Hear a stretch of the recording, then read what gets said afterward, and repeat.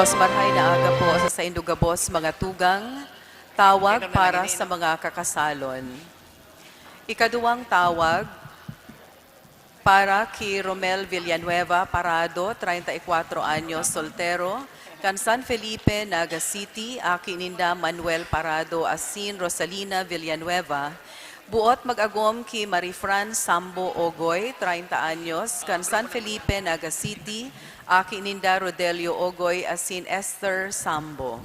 Para man kay John Marod R. Robles, 35 anyos, soltero, kan Barangay Tagas, Daraga, Albay, akininda Amelito L. Robles, asin Marisa L. Razon.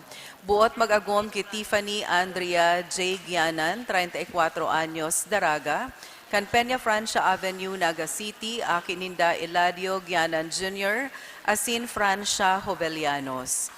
Ikatulong tawag para Erwin Pasimio Obias, 30 anyos, soltero. Kan Zone 2, Lerma Street, Naga City, Akininda Edwin Enciso Obias, asin Erlinda Pasimio.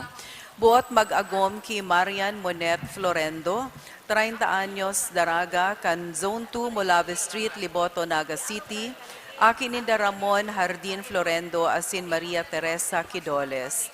Asin para man kay Aldrin Sangal Camacho, 25 anyos, soltero.